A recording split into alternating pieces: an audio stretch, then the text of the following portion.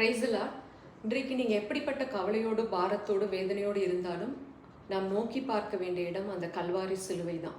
ஏன்னா நம்மை படைத்த தேவன் மாம்சத்தில் வெளிப்பட்டு வசனம் சொல்கிறது, நம்முடைய மீறுதலுக்காக அடிக்கப்பட்டு நம்மளுடைய அக்கிரமங்களுக்காக நொறுக்கப்பட்டார். நமக்கு சமாதானத்தை உண்டு பண்ணும் ஆக்கினை அவர் மேல் வந்தது. அவருடைய தழும்புகளால் நாம் சுகமானோம் என்று சொல்லப்பட்டிருக்கிறது. ஸோ எல்லாவற்றிலும் நாம் சுகமாய் வாழ்ந்திருக்கும்படி அவர் சகலவற்றையும் சிலுவையில் செய்து முடித்திருக்கிறார்.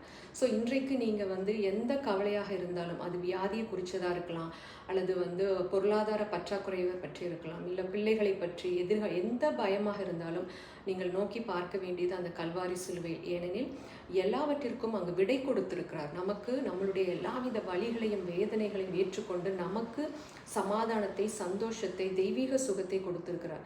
ஸோ இன்றைக்கு நீங்கள் சரீரத்தில் ஏதாவது வியாதியோடு, கஷ்டத்தோடு, பயத்தோடு இருந்தீங்கன்னா அந்த சிலுவையை நோக்கி பாருங்கள்.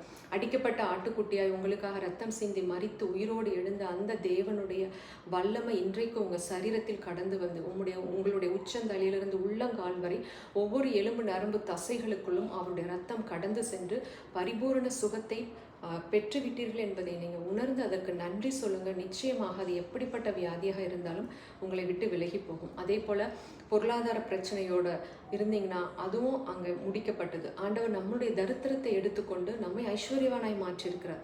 ஸோ அந்த சிலுவையை நோக்கி பார்த்து சொல்லுங்கள், நமக்காக நிர்வாணமாய் மரித்த என் தேவன், என்னுடைய தரித்திரத்தை நீங்கள் எடுத்துக்கொண்டீங்க, அதற்காக மக்கள் நன்றி. ஸோ என்னுடைய வாழ்க்கையில் தரித்திரம் இல்லை, அதை விரட்டி அடிங்கள் இயேசுவின் நாமத்தினால். நிச்சயமாக அது உங்களை விட்டு விலகி போகும். அதுபோல் குடும்பத்தில் சமாதானம் இல்லைன்னு வருத்தத்தோடு இருக்கிறவங்க, அன்றைக்கு ஆண்டவர் நமக்காக அனாதையா இன்றைக்கு சிலுவையில் மரித்தார். ஸோ அதை நோக்கி பாருங்கள், நான் எல்லா உறவுகளோடும் சமாதானத்தோடு சந்தோஷத்தோடு இருக்கும்படி தான் ஆண்டவரே நீர் சிலுவையில் நீர் அனாதையாய் மரித்தீர். அதனால் அந்த வியாதியை பார்த்து, பிரச்சனையை பார்த்து பேசுங்க. இது என்னுடைய வாழ்க்கையில் இருப்பதற்கு எந்த ரைட்ஸும் கிடையாது, இதற்கான விலைக்கரையும் சிலுவையில் கொடுக்கப்பட்டாயிற்று.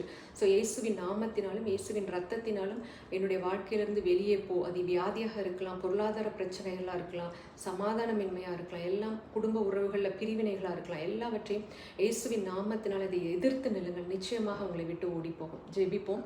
அன்புள்ள தகப்பனே, எங்களுக்காக ஜீவனை கொடுத்தவரே, அந்த சிலுவையில் மரணத்தின் அதிகாரியான பிசாசை அழித்ததால் இன்றைக்கு உங்கள் பிள்ளைங்களுடைய வாழ்க்கையில் கிரியை செய்து கொண்டு இருக்கிற எல்லா சாத்தானுடைய கிரியைகளும், அது வியாதி, வறுமை, பிரச்சனை, சமாதானமின்மை எல்லாவற்றையும் ஆண்டவரே நீங்கள் சிலுவையில் அதன் தலையை நசுக்கி போட்டீங்க. இயேசு கிறிஸ்துவின் நாமத்தினால் அதை நாங்கள் எதிர்த்து நிற்கிறோம்.